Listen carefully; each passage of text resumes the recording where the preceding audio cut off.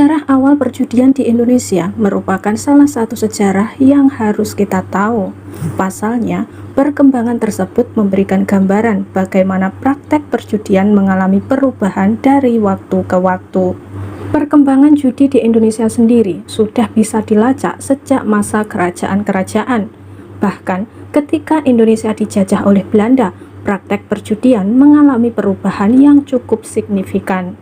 Tak berhenti sampai masa penjajahan Belanda, ketika Indonesia merdeka, perkembangan judi semakin beragam. Salah satu kebijakan kontroversinya adalah ketika praktek perjudian menjadi sesuatu yang legal pada masa Orde Baru. Praktek perjudian pada masa Orde Baru dikemas dengan sistem undian yang seolah-olah bukanlah perjudian. Namun, banyak pihak menilai bahwa hal ini mengarah pada perjudian. Dalam video kali ini akan diulas lebih jauh mengenai sejarah perjudian di Indonesia.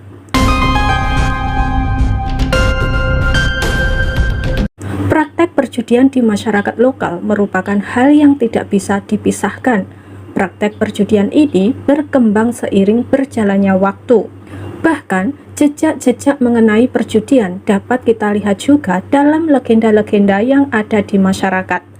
Salah satu kisah yang cukup terkenal mengenai perjudian adalah ketika kelompok Pandawa melawan kelompok Kurawa.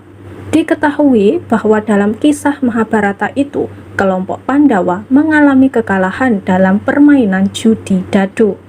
Dalam sejarah awal perjudian di Indonesia, bukti lain yang menggambarkan bagaimana praktek perjudian sudah melekat di masyarakat adalah catatan mengenai adu ayam atau sambung ayam. Bahkan, catatan mengenai perjudian adu ayam ini ditemukan pada banyak prasasti yang ada di Indonesia. Memang jenis aduan ayam ini merupakan hal yang sering kali ditemukan. Raffles menyatakan bahwa praktek perjudian dengan aduan ayam sudah sangat umum terjadi di masyarakat waktu itu. Pola perjudian dengan ayam ini juga jadi bahasan dalam kitab Pararaton yang menjelaskan bahwa Ken Arok sebelum menjadi Raja Singosari sering melakukan sambung ayam.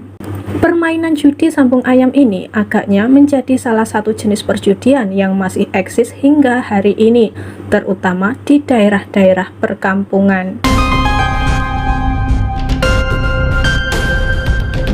Marwati Junet dan kawan-kawan dalam buku berjudul Sejarah Nasional Indonesia Jilid 2 Zaman Kuno terbitan tahun 2019, bukti-bukti mengenai perkembangan judi ini juga dapat dilihat pada struktur pejabat di lingkungan Kerajaan Mataram. Sejarah awal perjudian di Indonesia mencatat bahwa pada bagian kerajaan tersebut terdapat Tuhan Judi atau juru judi yang memiliki tugas untuk mengurusi bandar judi.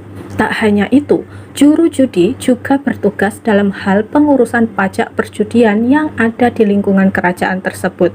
Melihat bagian khusus yang bertugas untuk mengurusi bagian ini, dapat kita simpulkan bahwa perjudian dalam lingkungan kerajaan sebenarnya memiliki aturan tersendiri, baik dalam hal perpajakan maupun para bandar-bandar.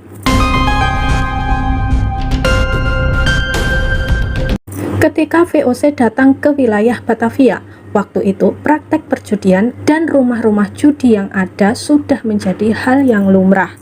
Perkembangan rumah-rumah judi di Batavia ini memang tidak bisa lepas dari kehadiran orang-orang Tionghoa di Batavia. Ketika bermigrasi dari negeri kelahiran mereka dan berpindah ke Hindia Belanda, kebiasaan-kebiasaan perjudian tersebut tak serta-merta hilang begitu saja. Dalam sejarah awal perjudian di Indonesia, menjamurnya jumlah rumah-rumah judi di Batavia sebenarnya cukup menguntungkan bagi orang-orang Belanda waktu itu. Satu sisi, orang-orang Tionghoa mendapatkan kesenangan dari perjudian, namun sisi yang lain, orang-orang Belanda dapat menarik pajak dari perjudian tersebut. Perkembangan dari rumah-rumah perjudian ini pun pada akhirnya tidak hanya merambah orang-orang Tionghoa, melainkan juga masyarakat pribumi. Benny G. Setiono dalam buku berjudul Tionghoa dalam Pusaran Politik terbitan tahun 2002 mengenai rumah-rumah judi ini, memang pemerintah Belanda sengaja memeliharanya. Tujuannya tidak lain adalah agar bisa menarik uang dari para budak dan kuli kontrak yang sangat kecanduan judi. Uang yang diterima setiap kali selalu dihabiskan di meja judi. Untuk mengontrol perjudian di Batavia, Jan Pieterszoon Koen mengangkat seorang kapiten untuk melakukan pemungutan pajak. Pajaknya pun terbilang cukup besar, yaitu mencapai 20%. Karena hal inilah, perjudian di Batavia masih terus berlanjut, bahkan ketika masa-masa setelah Jan Pieterszoon Zone. Apalagi jika melihat dari para penjudi yang ada di Batavia, tak semua berasal dari penjudi kelas bawah, melainkan juga para penjudi besar yang tidak segan-segan mengeluarkan uangnya demi kesenangannya. Dalam sejarah awal perjudian di Indonesia, perkembangan pesat rumah perjudian ini membuat kawasan Batavia dikelilingi rumah perjudian. Jumlahnya pun melebihi jumlah dari rumah sakit pada zaman itu.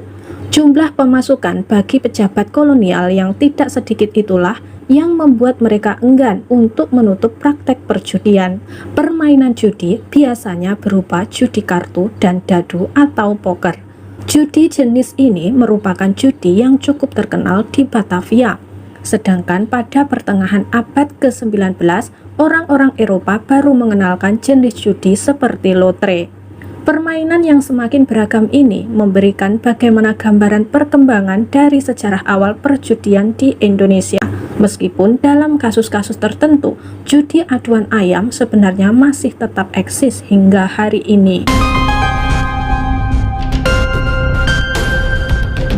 Ketika Indonesia merdeka, praktek perjudian memang tidak serta-merta hilang. Praktek perjudian secara ilegal masih terus berkembang. Namun, pada sisi yang lain, praktek perjudian legal pun turut berkembang. Salah satu praktek perjudian yang berbentuk undian dilakukan oleh Yayasan Rehabilitas Sosial. Permainan yang mendapat izin resmi dari pemerintah itu menawarkan hadiah yang cukup besar pada zaman itu. Ketika Orde Baru berkuasa pun, praktek perjudian yang legal ini masih terus berlanjut. Salah satunya adalah dengan munculnya program SDSB atau Sumbangan Dermawan Sosial Berhadiah. Samsudin Adlawi dalam buku berjudul Makan Kapal Selam terbitan tahun 2020, sesuai dengan namanya, SDSB merupakan kupon berhadiah untuk mereka yang membelinya. Kuponnya seperti voucher, terdapat angka dan nomor seri di bagian dalamnya. Selain SDSB, terdapat juga undian Porkas atau Pekan Olahraga Ketangkasan. Pola undian yang dilakukan oleh pemerintah Orde Baru ini dikelola secara resmi oleh Departemen Sosial. Bagi masyarakat yang tertarik terhadap undian Porkas ini, dapat membeli kupon seharga Rp1.000. Porkas dan SDSB ini memang undian berkedok membantu kegiatan olahraga. Pengundian kupon setiap sepekan sekali melalui televisi dan radio. Peluang hadiahnya pun cukup menggiurkan, terutama bagi rakyat kecil. Bagi masyarakat yang ingin mendapatkan peluang lebih besar, dapat membeli lebih dari satu kupon.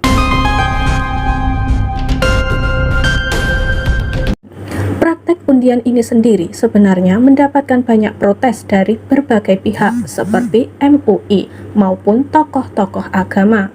Tak hanya itu, penyanyi dangdut kondang Rhoma Irama pun turut memberikan kritikan terhadap program Orde Baru ini. Meskipun lebih mirip judi ketimbang undian, pemerintah waktu itu tetap enggan menyebutkan sebagai praktek perjudian. Padahal MUI menilai bahwa program undian Porkas itu jelas mengindikasikan kepada perjudian ketimbang undian. Sebenarnya tak hanya perihal undian yang lebih cenderung ke arah perjudian. Alasan lain MUI melarang undian Porkas adalah karena di masyarakat mulai marak terjadinya praktek perdukunan untuk menebak hasil dari undian tersebut. Alhasil, praktek kemusyrikan dan kesesatan ini pun menjadi salah satu hal yang MUI khawatirkan ketika undian Porkas tetap berlanjut. Dampak buruknya dari praktek undian Porkas ini adalah masyarakat menjadi enggan untuk berusaha dan terlalu bergantung pada keberuntungan. Mereka menjadi malas dan terbuai dengan harapan-harapan dapat memenangkan hadiah dari perjudian itu. Dalam sejarah awal perjudian di Indonesia, Undian Purkas sendiri baru berhenti pada tanggal 24 September tahun 1994. Hal itu berdasarkan keputusan dari Menteri Sosial yang mengurusi bagian tersebut.